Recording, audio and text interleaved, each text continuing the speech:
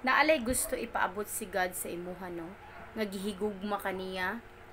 Basin sa imuhang feel ba, wala kaghigugma ni God, kay nidaan ka sa ingana nga sitwasyon, kay wala gyud niya gitubag ang imong mga pag-ampo. No, ayaw pag-ingon ana nga wala kagitubag ni God. Naalang siya'y gusto nga ipaabot sa imuha. Naalang siya'y gusto nga ipatuon sa imuha nga kailangan nimo na masabtan. Pag nag-school ta, di ba, ang atong maestra kailangan na agi siya'y buhaton nga mga test paper. Kailangan mudaan jud ka sa pag-exam para mahibal-an sa imong maestra kung makapasa ba gyud ka ana.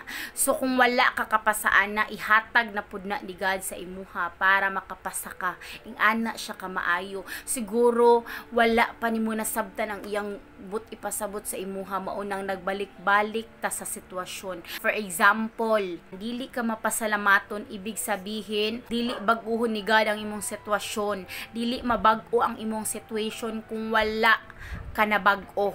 Kailangan mabag-o sa ka para mabag-o imong sitwasyon. Bisan naa ka sa sitwasyon nga nalipay ka or naa ka sa problema, kailangan muduol ka kay God.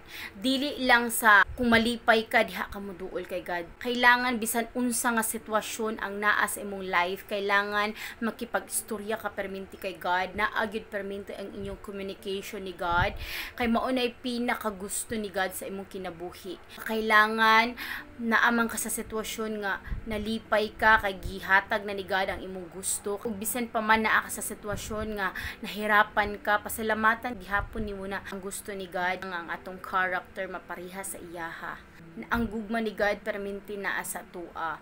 Bisan usahay magkamali ta sa atong life, naatay mga dili mao nga binuhatan sa atong kinabuhi, pero si God ginapasaylo ta niya. Kailangan kabalo pud ta magpasaylo sa mga tao nga nakasala sa atong kinabuhi.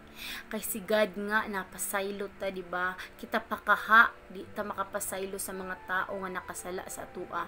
Yes, nakasala sila sa tua, pero ikaw nga nakaila kay God, dapat ikaw ang mugayad sa ilaha, paingon sa Ginoo nga mahibal-an niya kung kinsa ang Ginoo sa imong kinabuhi.